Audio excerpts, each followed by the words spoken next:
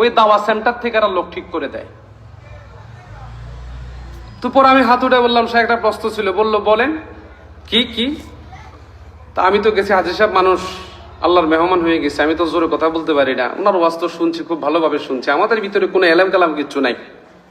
আমরা মাদ্রাসা গেছি আইছি, আর ওনারাই শুধু সেখানে পড়াশোনা করে, আর আমরা শুধু এমনি থাই। আমি বললাম, হযরত আপনি তো সুন্নাত আর বেদাতের ব্যাপারে আলোচনা করলেন, আপনি যে সালামটা দিলেন প্রথমে, আসসালামু আলাইকুম ওয়া রাহমাতুল্লাহি তাআলা বারাকাতুহু, এই তাআলা শব্দটা আপনি কোথায় পাইছেন? এই তাআলার হাদিসটা আমাকে দেন।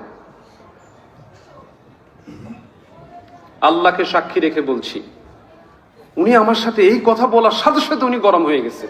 প্রায় 200-250 হাজি ছিল বাংলাদেশের, গরম হয়ে গেছে, বলতেছে হ্যাঁ তুমি বুঝো না।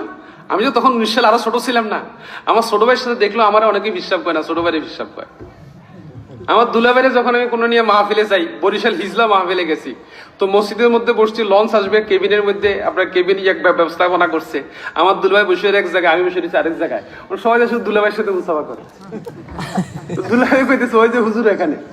আমারে তো হুজুরের মতো লাগে না, আমারে তো পিসাবের মতো লাগে না। পিসাবেরা আবা কাবা পরবো, পিসাবেরা একটা সবুজ ভাব ধরনের একটা আলাদা পাগড়ি টাগড়ি পরবো, এরা হইলো পিসাব, গেট আপ থাকবো আলাদা। কথা বুঝছে? এখন আমার তো কোনো গেট আপ নাই, বিধায় আমারে পিসাব মনে হয় নাই। যাই হোক, এটার জন্য আমি কিন্তু বেজার না। আমি আমার ছোট ভাই যখন সাথে থাকে, ছোট ভাই গেট আপ না করলেও চেহারা শুরুতে দিক থেকে গায়ে ভাই আমার ছোট ভাই আলহামদুলিল্লাহ ভালো দেখা যায়, আল্লাহ তাকে রহম করুক বলি আমি।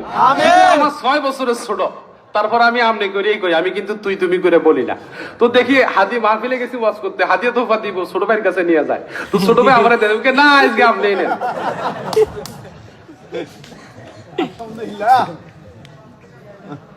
আর এটা আল্লাহ পাকের ইচ্ছা আর কি, আল্লাহ পাকের মর্জি, আলহামদুলিল্লাহ সুম্মা আলহামদুলিল্লাহ।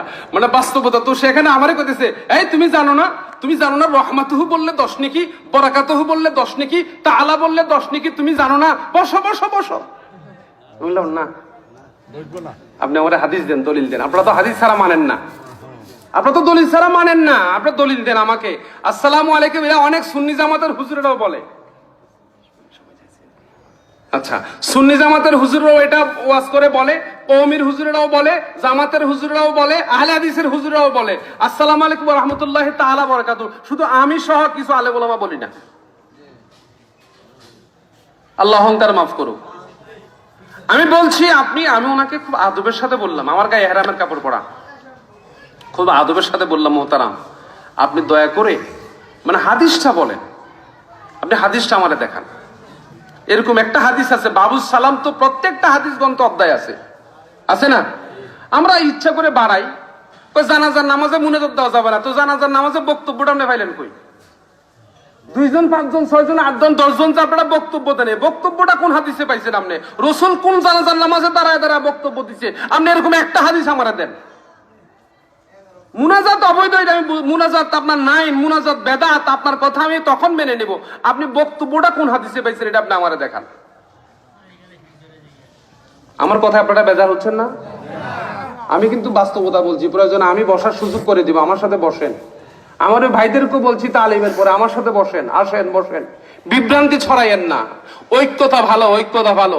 মানুষ শিরক করতেছে, মানুষের আপনার পর্দা নাই, পুকুরের ঘাটে পর্দা নাই, মানুষ টাকটুর নিচে কাপড় পরে, মানুষের মুখে দাড়ি নাই, মানুষ সিগারেট টানে, মানুষ জেনা করে, মানুষ নেশা করে, এগুলোর ব্যাপারে কোনো খোঁজ খবর নাই। জোরে আমিন, আস্তে আমিন, হাতে বাঁধা, হাত নাভির উপরে বাঁধা, নাভির নিচে বাঁধা, বুকের উপরে বাঁধা, এই নিয়ে যেটা না করলে নামাজ হয়ে যাবে, আমিন না বললে নামাজ হয়ে যাবে, হাত ছেড়ে দিয়ে নামাজ পড়লো নামাজ হয়ে যাবে, এটা নিয়ে কেন বাড়াবাড়ি হবে? কেন বাড়াবাড়ি হবে? মানুষ শিরক করতেছে, মানুষ কবরে যে সেজদা দিচ্ছে না? মানুষ অনেক কবরে সেজদা দিচ্ছে না? কয়দিন পরে মালিকিয়া দরবারের মাহফিল, সেখানে দেখেন সে একটা ল্যাংটা ফকির, তার দরবারে মাহফিল, বড় বড় মানুষ যাবে, আপনারা হয়তো অনেকে চলে যাবেন সেখানে, কেন যাবেন? সেটার ব্যাপারে বিধি নিষেধ নাই, সেটার ব্যাপারে কোনো কথাবার্তা নাই।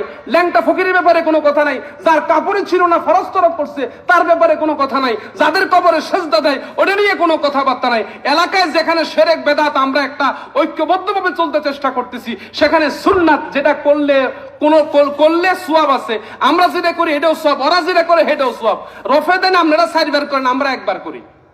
আমরা আল্লাহু আকবার কয়ার নিয়ত বাঁধি না, এটারই রফাদাইন কয়। আপনি কিতাব বুঝাচ্ছেন, আমরা আলেম নিয়ে আমার সাথে বসেন।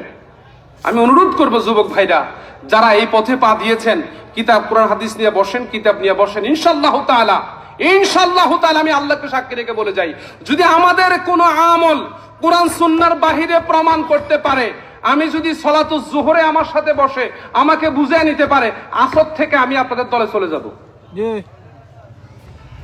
আমার কথা কি বুঝছেন?